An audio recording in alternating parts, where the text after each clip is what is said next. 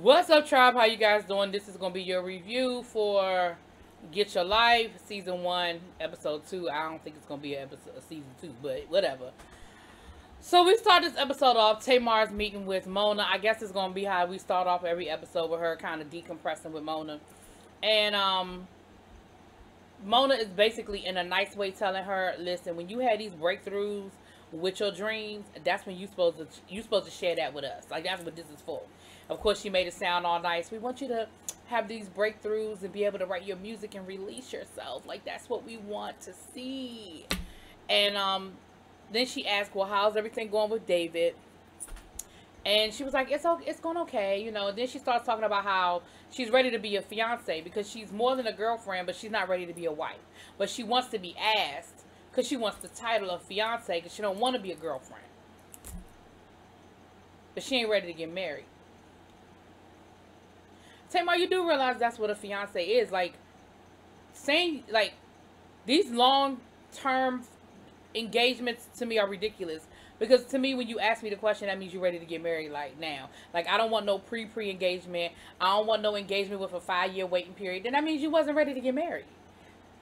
But, I mean, you know, you like it, I love it, child. Now, something that I'm finding out that I wasn't clear on. Maybe they made it clear and I'm just catching on to it. But Tamar has her own house on this show. She has her own house. Now, I think eventually her and David ended up moving in together and she was living full-time with him. But he has his place and she has her place. And they alternate. Like, she stays 3 or 4 nights at his house. He stays 3 or 4 nights at her house. Logan has a bedroom in both locations. But they have their own. They're not living together on this show. That's important. We're going to get to that. So the producers are back and they're setting up the studio again. And while they're setting up the studio and stuff, Tamar decides that she gonna cook. And I don't mean like, let me just, you know, put a pot of spaghetti together for everybody. No, I mean, she fried chicken. She had collard greens. She made a cobbler. She had spaghetti. And I'm thinking to myself, these men have set up a whole studio in your basement or living room, wherever the hell they were.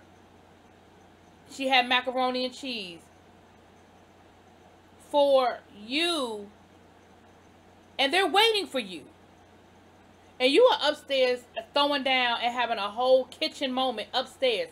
They are downstairs waiting for you to record this song. This man is only in town for 2 or 3 days. They have already uprooted their whole studio to bring it to you because you are too nervous, scared, in your head, got a mental block, whatever the situation is, to sing in front of them in a studio. And you upstairs cooking. It's daylight when they start. It is nighttime when they finish. Then, and Goldie is peeping all of it. Goldie is like, you know, the minute it's time to sing, Tamar starts avoiding. She does everything to avoid having to sing. Then Logan comes home. So she has to have her whole Logan moment. Now, when Logan came home, Vince came with him. Came into the house and everything. They didn't show Vince because the producer said that David said that he wouldn't be on the show if Vince was on the show. Now, I don't understand that. I don't know what one has anything to do with the other, but whatever. He didn't want to be on the show if Vince was going to be on the show. So, they didn't show Vince's face, but they let us know Vince was there. I don't know how long Vince was there. I don't know what Vince did while he was there, but it didn't look like Tamar had a whole lot of interaction with them. But again, they cut the camera, so we didn't really see. So after everybody has this full course meal, you know, laid out, the man said it looked like it was country buffet. Listen, they looked like she fried some catfish. I mean, she had a little bit of everything. Okay, it was ridiculous. They finally go downstairs. And then she says, okay, everybody take some shots. So then they got to pour the shots, and everybody takes some shots. And then she makes up a whole nother song that don't have nothing to do with, it was something about chitlins in the freezer, and she gonna cook the chitlins, child. And I'm thinking, this is ridiculous. Like, this is so ridiculous. And you know that them producers must have been getting paid because they wasn't complaining. Because, see, then she finally does do the song. And everybody says the song sounds great, because then she complained about it was too many people in the room, so they put people out the room because she didn't want to sing it in front of that many people. Then she sings the song one time, and as soon as she gets done, she was like, I need a break. And she goes to go get Logan again. Now, she does pimp. Listen, Logan was selling them little candy bars that you got to sell for school. Y'all remember them little candy bars for $1, $2, whatever? He had like 4 boxes of them. She sure did come and get him out of bed and said, listen, everybody in that other room got some money. You better go sell that candy. And honey, listen, I bet you he sold all 4 of them boxes. Now, that part I ain't mad at you for, Tay. I ain't even mad at you for that one, Tay. That's how you supposed to do that. But then we have the conversation about David and Vince. Now, David doesn't want Vince in his house. But he feels like Tamar's house is his house and his house is Tamar's house. So he feels like whatever rules he has for his house, Tamar should have the same rules at her house. And so if he don't want Vince in his house, Vince shouldn't come in Tamar's house. I have a problem with all of this. All of this. Tamar is doing her best to co-parent with Vince. I think it is unreasonable to say this man can't come into the house when you have a child. I find that to be very unreasonable. It ain't like Vince, spent the night. It ain't like Vince was cuddled up on the couch with Tamar. Hell, it was 20 other people in the house when Vince came through there. It wasn't like nothing was about to go down.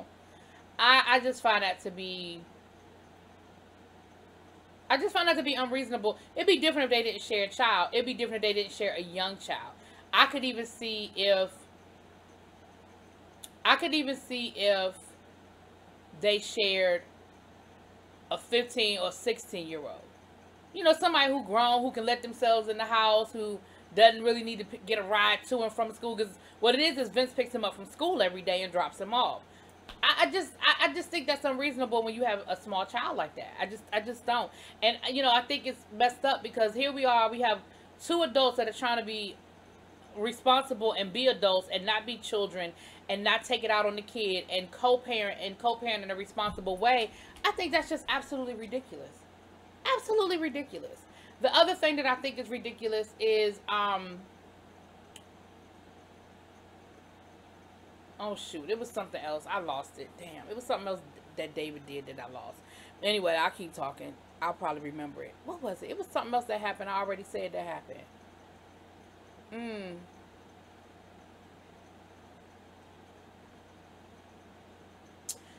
Anyway, now unless he paying all the bills at Tamar's house, that ain't your house, boo. It's her house.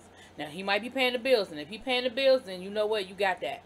But if you ain't paying all the Tamar bills, then that's Tamar's house. I get it that y'all are a couple and y'all are together, but that is Tamar's house. Moving on.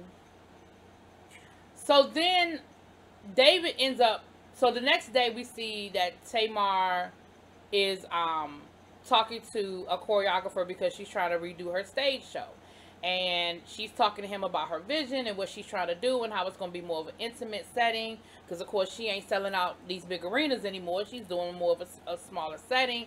Of course, this is before COVID. So she said, hey, I'm looking at, starting to do my shows again around November, December. And so they're putting something together. And Tamar starts texting. And I'm thinking, she is being so rude. Why is she, this man is there trying to talk to her and she keep picking up her phone. And what we find out is that she's actually in the middle of an argument with David. And David is actually either on his way home or he downstairs, child. So she eventually gets up and tells the choreographer, listen, you ain't got to go home. I got to go take care of something real quick. I'll be right back. She goes downstairs. David is downstairs in the bedroom because I guess that's how the house is set up. Her bedroom is downstairs. And he packing. And he's leaving. And he's in front of Logan. And Logan is telling him to stay. And Tamar's trying to tell him to stay. And he ends up packing his bags and leave, honey. Now, here's the thing that's dramatic about that whole situation. If you spend 4 days at your house and y'all spend 4 days at her house, you ain't need to do all of that. You was being real dramatic. You ain't need to pack all your, pack up 2 or 3 bags. He had a book bag and then he had this big duffel bag or whatever. You ain't need to do all that because I promise you, you got the same thing at your apartment that you got at Tamar's house. You got 2 toothbrushes. You got 2 things of soap. You got clothes. You got drawers. You got clean underwear. Like, you didn't need to do all of that. You were being real dramatic, sir. Real dramatic. And of course, like I said, the choreographer, the producers are running around trying to see what's going on and find out what. It's a lot. It is so much. It is so much with this situation. Because we keep seeing, hell, we done seen the producers more than we done seen Tamar. Shit, I don't know. So Goldie, of course, is observant, but she wasn't there for this part. But when going back to the studio session, and Goldie said that she is seeing Tamar and she's just avoidance of the task. But it seems like once she finally sat down to sing, she did a good job. Like everybody was happy with what she put on tape or whatever they call it, child. So the next day, of course, so David goes ghost. Tamar ain't heard from David all day or whatever. And the next day, she ends up going to work out. And she's talking to her friends. You know, she's got her little crew with her hairdresser, makeup artist and stuff. And they're on their way to the gym to go work out. And that's when she had made those comments on social media about if your man ain't giving you none, that means he must be gay. So she caught herself trying to clean it up. I don't think she cleaned it up that well, but, you know, and then she, of course, did the whole, look at me, I wasn't making a comment about LGBTQIA because look at what I'm surrounded by. That's like, I can't be racist because I got black friends. Girl, bye. Anyway, so then,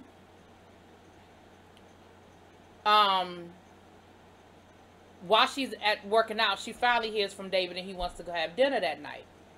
So they meet up for dinner and they're talking about what happened, why he was so upset. And he's telling her how he didn't appreciate the fact that Vince was in his house and that he had asked her before not to have Vince in his home. And he found out Vince was in his home and he had to find out from Logan. Poor Logan, you snitched and didn't even know you were snitching. Poor baby. You caused that whole commotion. And Tamar was like, well, first of all, like, why are you mad at me? Like, that's his father. If he's coming in the house, it's because he asked him to come in the house. Like, why are you mad at me about it? Second of all, you really upset Logan. Like, you upset me, but you really upset Logan. Like, I had to calm him down and everything. He thought you weren't coming back. And so, of course, then David felt bad and was like, well, I'm sorry. That's not what I meant. That wasn't what I was trying to do. You know, I apologize. But, you know, I just don't think it's too much to ask. Now, what David said in his confessional was that last year, I guess, you know, there was a situation where Vince actually stayed at the house for 4 days. I would like to know more context of that. Was it he stayed there for 4 days to watch Logan while Tamar was out of town and they just kept him at Tamar's house because it was easier for his routine? Was Vince in between moving places and he just needed some place to stay for a couple of days? Like, I would need to know more context into what that was, because saying he stayed at the house, that don't mean Tamar was there.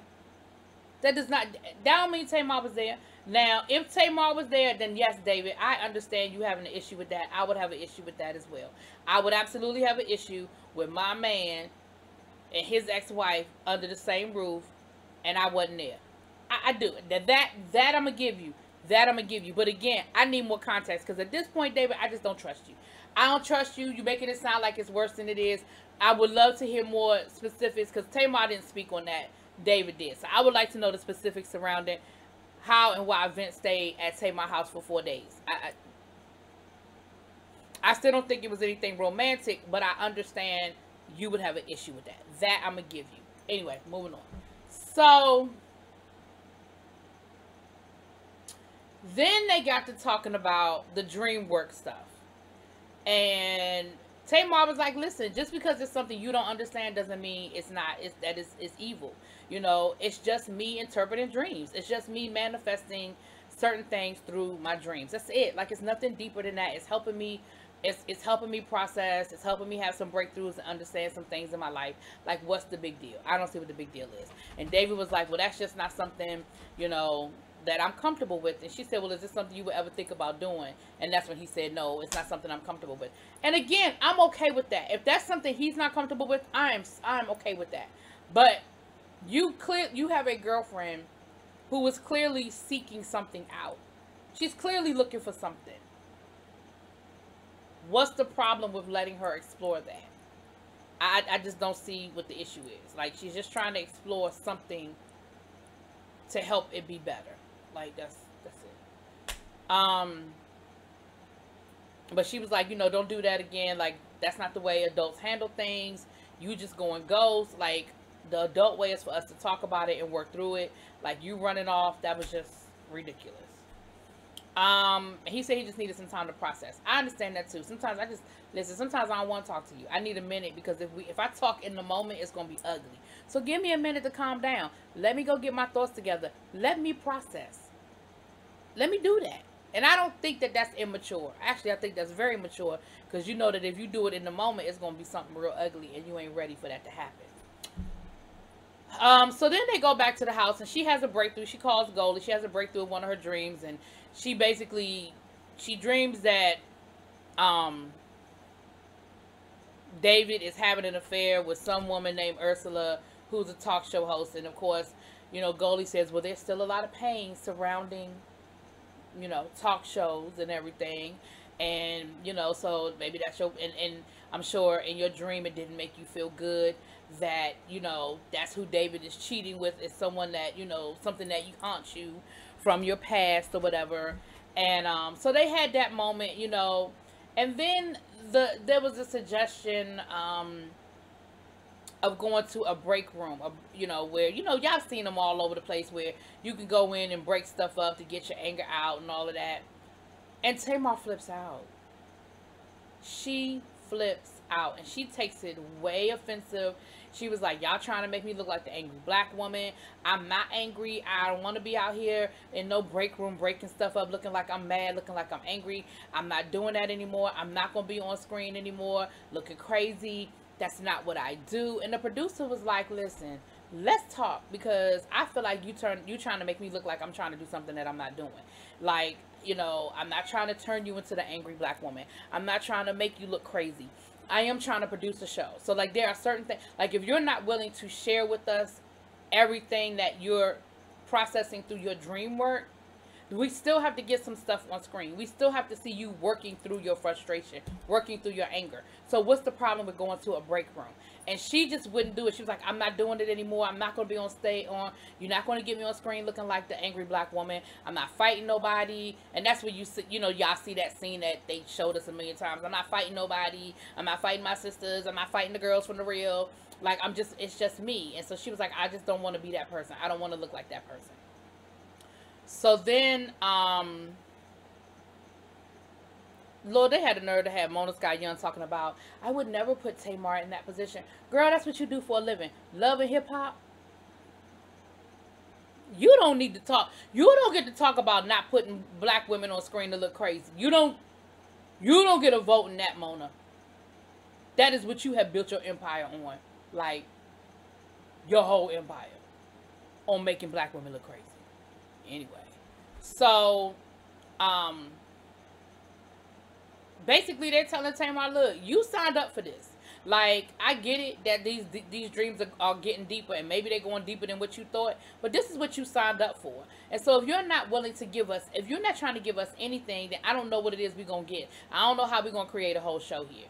And he was like, let's come up with a compromise. Like, what can we do together? Help us figure out what you're comfortable with that we can put on camera. Like, because this ain't working. What we doing right now, this is not working. This is not going to create a show, you know. And I'm really starting to see a lot of stuff now that everything, you know, Tamar made ReallyTV out to be real, you know, crazy or whatever. But I don't think they're, like, you signed up for this. And you've been doing reality TV long enough to know what was expected of you. And I get it that you're growing, you're evolving, and you're not that same woman. I get that. But I don't think going to a break room and breaking shit up was turning you into an angry black woman.